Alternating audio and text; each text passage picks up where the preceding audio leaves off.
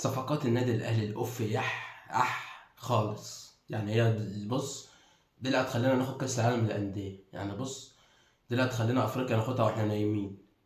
بص، هتخليك تاخد افريقيا وانت عامل كده، هتخليك تخش كاس العالم للانديه، هتوصل للنهائي. الصفقات بص، حمدي فتحي اول صفقه للنادي الاهلي. لا، وبيقول لك ايه، لمده شهر. حمدي فتحي اللي سابنا وطلع، او اللي احنا طلعناه واستأذن من النادي الاهلي وطلع عشان الفلوس. عشان بقول لكم مفيش بيقول لك قفشه، بيقول لك على الحلوه والمره معاه. لا، ده على الحلوه بس، على المره مش معاه. على الحلوه لما تبقى في مكان تاني كله هيطلع ويشوف مصلحته، فاحنا بس اللي على الحلوه والمره معاه، محدش يقول لي على الحلوه والمره معاه. فهنجيب حمدي فتحي. ايه بقى وبعدين؟ في نص الملعب مكان مين؟ اكرم توفيق ولا مروان ولا امام ولا قفشه؟ اديني حل. كان ما كل كانوا بيطبلوا وقال لك مروان كان 100 100 واكرم كان 100 100. طب حمدي بقى هيعمل ايه؟ اللي هو لعبه زيهم يعني. حمدي ما طلعش الا اخر ماتشين، في ماتش الزمالك لما طلع وهاجم وجاب جونين باين ولا جون.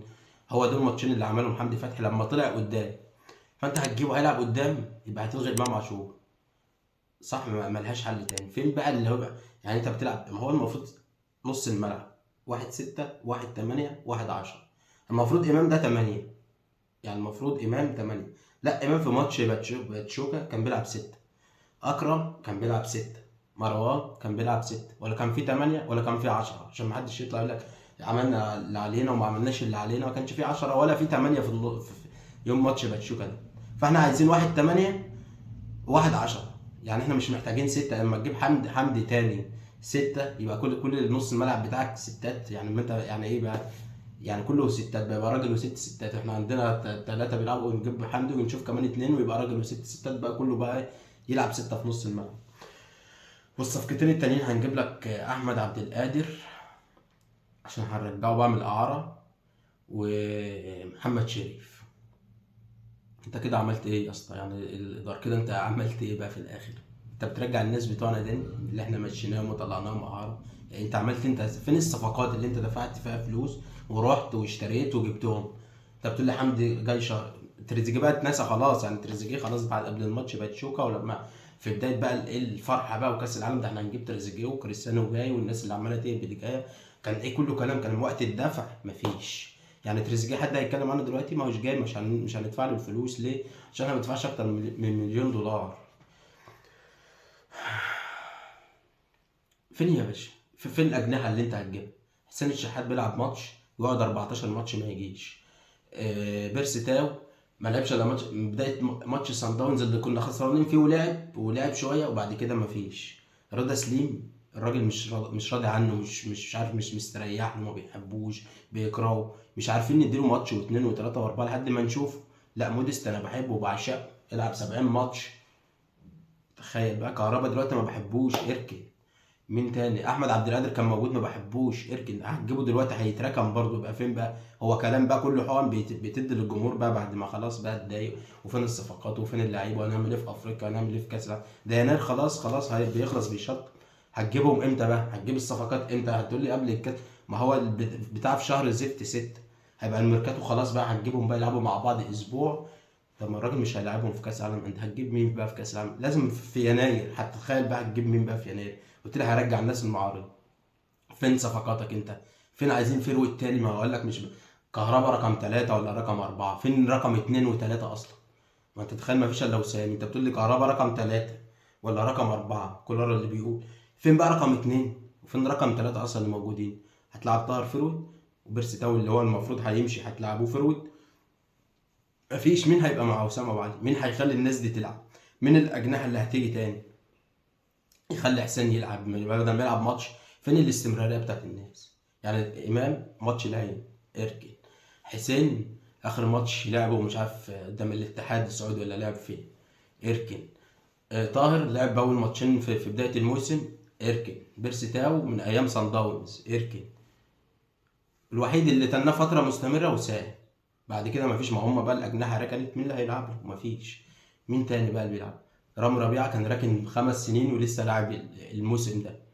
يعني هو ركن 5 سنين. ما فين بقى مين المستمر معاك؟ مفيش حد مستمر. الوحيد اللي بيعملها قفشه لما بينزل ربع ساعه ولا تلت ساعه، هو اللي بيغلق الدنيا ومش معتمد عليه. ما بحبوش ليه؟ طلع مره لو وشه كده، ما اتكلمش، هو لو وشه واتضايق ان هو طلع، او ما لعبش مره كده. دي الوحيده اللي عملها. وبعد كده لما الناس اتكلمت عليه خلاص بقى يضحكوا بقى يهزروا ومش فارقه معاه. امام عملها وده كله بقى من الاداره واتخصم عليه، لا واتوقف. هو طلعوا قالوا لك اللي احنا ما وقفناهوش. فالراجل محتاجه فين؟ عمل ايه بقى لما احتاجه في ماتش باتشوكا؟ طب ما هو كان زيه زي اكرم، زيه زي مروان، الثلاثه زي بعض، يقطعوا ويرجعوا الكره لورا، والكره الشناوي يشوط قدام او الارامي يشوط قدام، وبعد كده باتشوكا تاخدها، نقطع في نص الملعب نرجعها نشوطها قدام. فاحنا كنا حلوين قوي في ان احنا ناخد الكره ونرجعها ورا، قدام مفيش. مين تاني بقى؟ مين تاني عنده استمراريه؟ دور معايا كده. مين؟ الشناوي.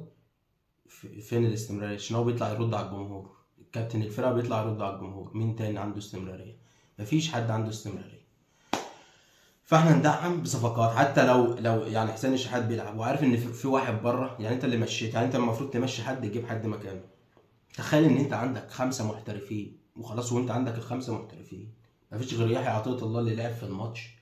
وتخيل لو معلول موجود ولا حد تاني موجود، او لو هو مقتنع بالدبيس، مش عارف ما لعبش الدبيس ليه يعني. اهو لعب يحيى عطية الله عشان ما فيش حد غيره. من تاني محترف لعب؟ بيرسي تاو نزل 10 دقايق.